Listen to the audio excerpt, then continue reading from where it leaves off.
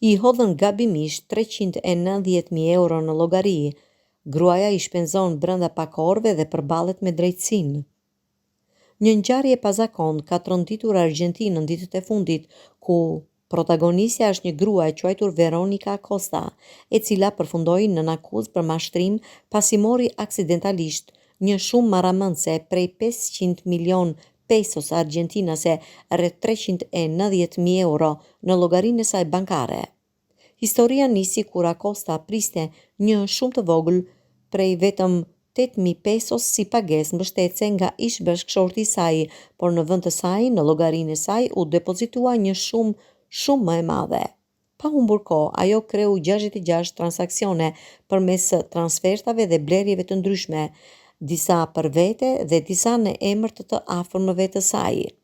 Sipas mediave vendase, brenda orëve të para pas depozitimit, Acosta bleu një makinë, pajisje shtëpiake si frigorifer, 2 televizor, një mikrovalë, një fërtezë, madje edhe një kapak tualeti dhe pllaka për shtëpinë.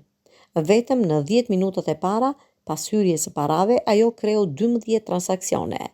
Mendova se ishin 500.000, jo milion. Me gjithë ato nevoja, shkova në supermarket, ndihmova familjen, u transferova para vëllezërve të mi, shpjegoi Veronica. Rasti u zbulua nga një zyrtar financiar në provincën San Luis dhe prokuroria ngriti padinë ndaj 6 personave përfshirë Acostën me akuza për mashtrim. Gjykata vendosi që secili i pandehur duhet të paguajë një garanci prej 30 milion pesos për të shmangur arrestin.